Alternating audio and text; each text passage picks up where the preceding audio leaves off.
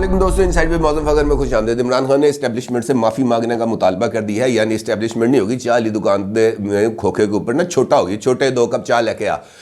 چھوٹا چائے بھی لے کے آوے تے گالا بھی کھاوے، چپیڑا بھی کھاوے تے اس تو بعد نکل جائے۔ عمران خان انفیکٹ اسی ہی پوزیشن پر آ گئے ہیں اور ان کا یہ کہنا ہے کہ جناب میں بڑے بڑے گناہ معاف کر سکتا ہوں، لیکن اسٹیبلشمنٹ کو اگر میرے ساتھ تعلقات کو بہتر بنانا ہے تو اس کے لیے ضروری ہے کہ پہلے مجھ سے معافی مانگے۔ مجھ پر جو حملہ ہوا تھا، مجھے ان کے تمام کرداروں کے ناموں کا علم ہے، پہلے مجھ سے معافی مانگی جائے، اعظم سواتی سے معافی مانگی جائے، شہباز گل سے معافی مانگی جائے، تو پھر اس کے بعد ہی اس بارے میں غور کیا جا سکتا ہے کہ اسٹیبلشمنٹ کے ساتھ ٹرمز اینڈ کنڈیشنز کے ساتھ کس طریقے سے تعلقات کی بحالی ممکن ہے۔ آپ اندازہ لگا لیں، صرف ایک چھوٹی سی ڈیولپمنٹ کی ہے عمران خان صاحب کی طرف سے، پنجاب اسمبلی کو تمام تر کوششوں کے باوجود اس کی تحلیل کو روکنے کی، عمران خان صاحب نے اسمبلی کو تحلیل کر دیا اور اس کے بعد بھائی کے جو مزاج ہیں وہ 7ویں آسمان تک پہنچ گئے، وہ بندے نو بندہ نہیں سمجھنے لگے کہ پاکستان کی اسٹیبلشمنٹ کو یہ بات کہنا یقینی طور پر اس بات کی طرف اشارہ ہے کہ عمران خان صاحب کے نزدیک کسی بھی ادارے کی کوئی وقت نہیں ہے۔ اور اگر عمران خان صاحب واقعتاً یہ بات سمجھتے ہیں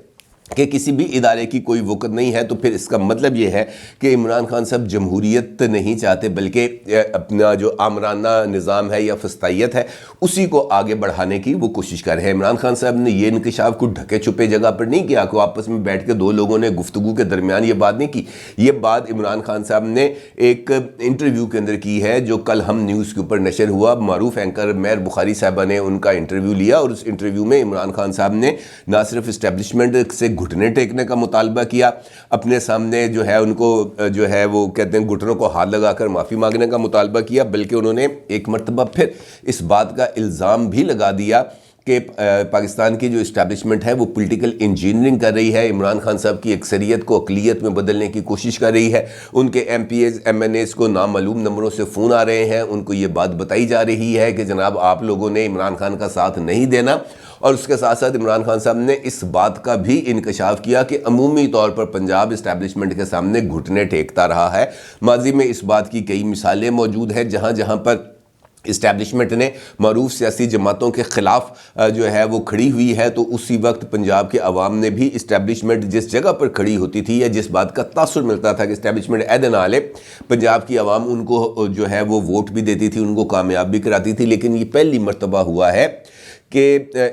یہ جو پنجاب کے عوام ہیں یہ اسٹیبلشمنٹ کے خلاف اٹھ کھڑے ہوئے ہیں۔ بڑا ایک زومانی قسم کا انہوں نے یہ بات کی ہے، کیونکہ ماضی میں اگر ہم ماضی قریب کی مثال دیکھیں تو 2018 کے الیکشن تھے جہاں پر یہ بالا تاثر عام تھا کہ عمران خان نے ہر صورت میں اقتدار میں آنا ہے، کیونکہ اسٹیبلشمنٹ عمران خان کی سپورٹ میں کھڑی ہے، اور اس وقت کی مقبول ترین جو جماعت تھی وہ مسلم لیگ نون تھی پنجاب میں یقینی طور پر، اور مسلم لیگ نون کو اس پورے سسٹم سے یعنی اقتدار سے الگ رکھنے کے لیے ہر ایک حربہ استعمال کیا گیا۔ نواز شریف صاحب کو جیل میں ڈالا گیا، مریم نواز کو جیل میں ڈالا گیا، شہباز شریف کو جیل میں ڈالا گیا، مسلم لیگ نون کے ٹکٹ واپس کرائے گئے،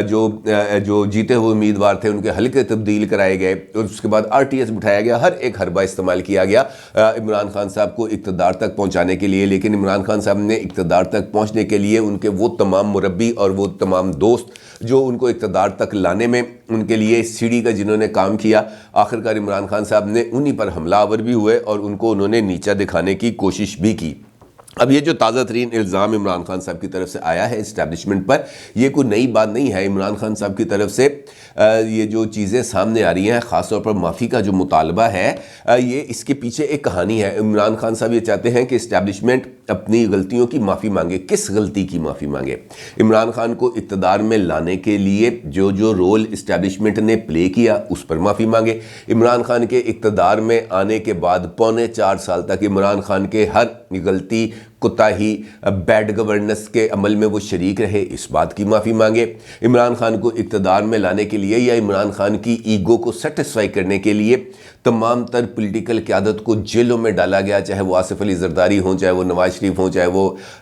جو ہے فریال تالپور ہوں، چاہے وہ مریم نواز ہوں، چاہے وہ خواجہ آصف ہوں، چاہے وہ رانا ثناء اللہ ہوں، چاہے وہ احسن اقبال ہوں، چاہے وہ مفتاح اسماعیل صاحب ہوں۔ کوئی قیادت ایسی نہیں رہی جو عمران خان صاحب کے دور کے اندر جیلوں میں نہ رہی ہو اور پھر عدالتوں سے بری نہ ہوئی ہو، لیکن عمران خان صاحب کے نزدیک اسٹیبلشمنٹ کے بہت سارے جرائم ناقابل معافی ہیں، جس میں سے سب سے بڑا جرم یہ ہے کہ عمران خان صاحب کے خلاف جس وقت تحریک عدم اعتماد پیش ہو رہی تھی اور تحریک عدم اعتماد کو منظور کر لیا گیا تھا، اسٹیبلشمنٹ نے اس فیز کے اندر پولیٹیکل پروسیس میں حصہ لینے سے انکار کر دیا، اور عمران خان صاحب خود یہ باتیں جو ہے مختلف جگہوں پر اس بات کو مان چکے ہیں کہ جناب میں نے خود بھی جنرل باجوہ سے بات کی تھی، میں نے شوکت ترین کو بھی بھیجا تھا جنرل باجوہ کے پاس کہ جاؤ جا کے ان کو سمجھاؤ کہ اس موقع پر مجھے اقتدار سے اگر الگ کر دیا گیا تو پھر جو معاشی حالات ہیں وہ بہت ہی حد تک بگڑ جائیں گے اور پھر یہ سچویشن کسی کے کنٹرول میں نہیں آئے گی۔ بات عمران خان صاحب کی ٹھیک تھی کہ معاشی حالات کسی کے کنٹرول میں نہیں آئیں گے، کیونکہ عمران خان صاحب نے معیشت کے ساتھ جو ماں بہن کی تھی وہ یقینی طور پر عمران خان صاحب کو اس بات کا اندازہ تھا کہ جنوری کے اندر آئی ایم ایف سے معاہدہ کیا، فروری کے اندر جنوری کے اندر معاہدہ کیا، جنوری میں آئی ایم ایف کے ساتھ کی جو قسط تھی وہ وصول کی، فروری میں ہی آئی ایم ایف کے ساتھ کیے گئے معاہدے کو توڑ دیا، بجلی کی قیمتوں کو فریز کر دیا، پیٹرولیم پرائسز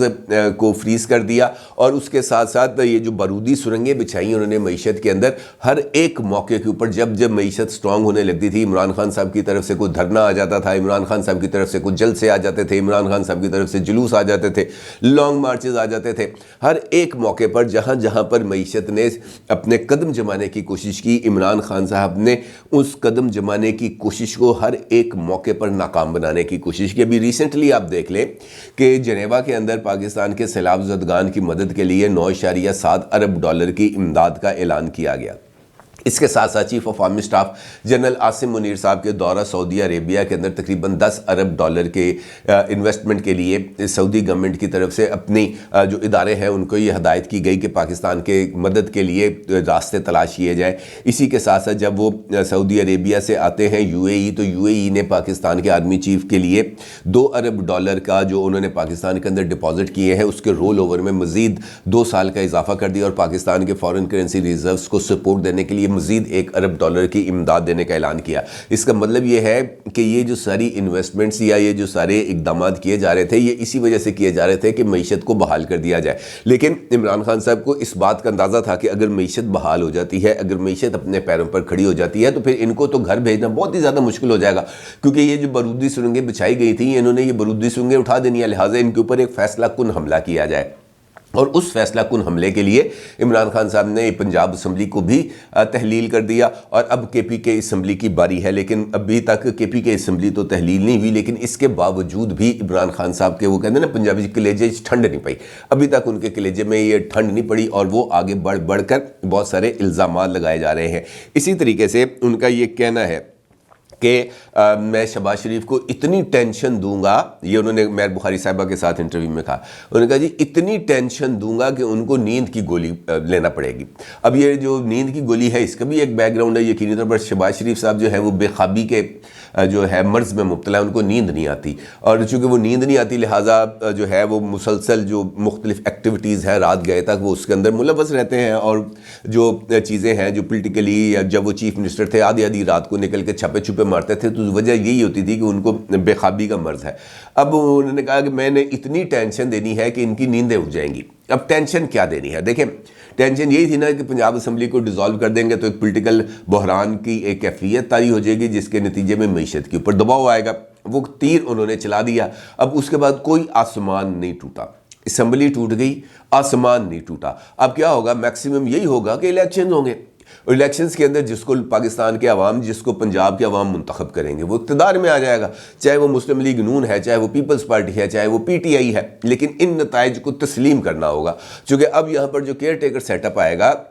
وہ الیکشن کمیشن نے اس کو تعینات کرنا ہے، اس کو فائنلائز کرنا ہے، کیونکہ مجھے نہیں لگتا کہ مسلم لیگ نون اور پی ٹی آئی کے درمیان جو اتفاق رائے ہو کسی نگران سیٹ اپ کے اوپر۔ الٹیمیٹلی یہ جو کاغذات کا تبادلہ ہوگا اس کے بعد پارلیمانی کمیٹی میں جائے گا، پارلیمانی کمیٹی میں بھی اس کے اوپر اگر عدم اتفاق ہوتا ہے تو یہ جو 4 ناموں کی لسٹ ہے یہ چلی جائے گی الیکشن کمیشن کے پاس، اور پھر الیکشن کمیشن ان 4 میں سے کسی ایک بندے کا انتخاب کر دے گی as care taker chief minister Punjab کا، اور اس کے بعد پھر اسی کیئر ٹیکر چیف منسٹر کے نیچے پنجاب کے اندر انتخابات ہوں گے، اور اس کے بعد جو نتائج ہیں وہ یقینی طور پر سب کے سامنے ہوں گے۔ اب اس ساری سچویشن کے اندر اگر عمران خان صاحب اسٹیبلشمنٹ کے اوپر دباؤ بڑھاتے ہیں یا اسٹیبلشمنٹ کو جو ہے مسلسل تنقید کا نشانہ بناتے ہیں، تو اس کی وجہ یا تو یہ ہے کہ ان کو اس بات کا یقین ہو چکا ہے کہ میں جس طرح کا مرضی لب و لہجہ اختیار کروں میرے خلاف کوئی کارروائی نہیں ہونی۔ اور ماضی میں ہم نے دیکھا کہ فروری سے لے کر اب یہ جنوری آ گیا ہے، پچھلے سال فروری سے لے کر تقریباً 11 مہینے میں عمران خان صاحب نے ہر ایک ادارے کے ساتھ جو ہے وہ پنگا بازی کی، چاہے وہ اسٹیبلشمنٹ ہے، چاہے وہ جوڈیشری ہے، چاہے وہ ایگزیکٹوز ہیں، چاہے وہ بیوروکریسی ہے، چاہے وہ پولیٹیکل پارٹیز ہیں، ہر ایک کو انہوں نے جوتے کی نوک پر رکھا اور کسی نے ان کے خلاف کوئی کارروائی نہیں کی۔ تو یقینی طور پر ان کے تو حوصلے بلند ہو گئے۔ جب حوصلے بلند ہو گئے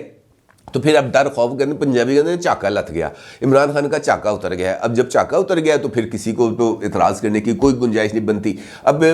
جو ابھی ریسنٹلی عمران خان صاحب نے جنرل باجوہ صاحب کے حوالے سے جو چیزیں کہی ہیں ابھی گزشتہ انٹرویوز میں، بلکہ مہر بخاری صاحبہ کے ساتھ انٹرویو میں بھی انہوں نے یہ کہا کہ میری جو جنرل باجوہ کو ایکسٹینشن دینی تھی وہ بہت بڑی غلطی تھی۔ پھر انہوں نے بتایا کہ جنرل باجوہ نے ایک ماحول بنایا، اس ماحول کے تحت مجھے وہ جو ہے ٹریپ کیا گیا اور وہ ٹریپ ہونے کے بعد میں نے جنرل باجوہ کو ایکسٹینشن دی۔ انہوں نے کہا جناب 2 فوجی افسران تھے اور میرے 4 جو عمائدین تھے، یعنی ان کی جماعت کے اراکین تھے، ان 6 لوگوں نے مل کر جو ہے ماحول بنایا، لابنگ کی جنرل باجوہ کے لیے، اور میں اس وقت بھی نہیں مان رہا تھا کہ مجھے جنرل باجوہ کو ایکسٹینشن دینی چاہیے۔ پھر جو آخری آرگومنٹ دیا گیا کہ جنرل باجوہ یہ کہہ رہے ہیں کہ اگر آپ نے یہ کام نہیں کیا تو میرے اندر، میرے ادارے میں ہی میرے خلاف پالیٹکس شروع ہو جائے گی اور پھر میں اس کو کنٹرول نہیں کر پاؤں گا، اور یہ آرگومنٹ کے بعد میں نے جنرل باجوہ کو ایکسٹینشن دی۔ یہ عمران خان صاحب نے یہ انکشاف کیا۔ اب انہوں نے کہا جناب یہ 6 لوگ موجود ہیں، اس میں سے 2 فوجی افسران تھے اور 4 پولیٹیکل لیڈرز تھے، آپ ان میں سے پوچھ سکتے ہیں کہ جناب یہ سب کچھ ہوا ہے یا نہیں ہوا۔ یعنی عمران خان صاحب مسلسل جنرل باجوہ صاحب کو ٹارگٹ کیے جا رہے ہیں، اور اسی موقع پر جنرل باجوہ صاحب کی ایک ویڈیو وائرل ہوئی ہے سوشل میڈیا پر۔ وہ آج کل پاکستان میں نہیں ہے، وہ دبئی میں سیر و تفریح کر رہے ہیں، چھٹیاں منا رہے ہیں۔ اب تو آپ کو پتہ ہے وہ ریٹائرڈ لائف ہے، تو ریٹائرڈ لائف میں بندہ کسی بھی جگہ جا سکتا ہے، ٹریک سوٹ پہنا ہوا ہے، دبئی کی ایک سڑک پہ کھڑے ہیں، ان کے ساتھ ایک نوجوان ہے، اس کے ساتھ وہ گپ شپ لگا رہے ہیں، ادھر ادھر سے گاڑیاں گزر رہی ہیں،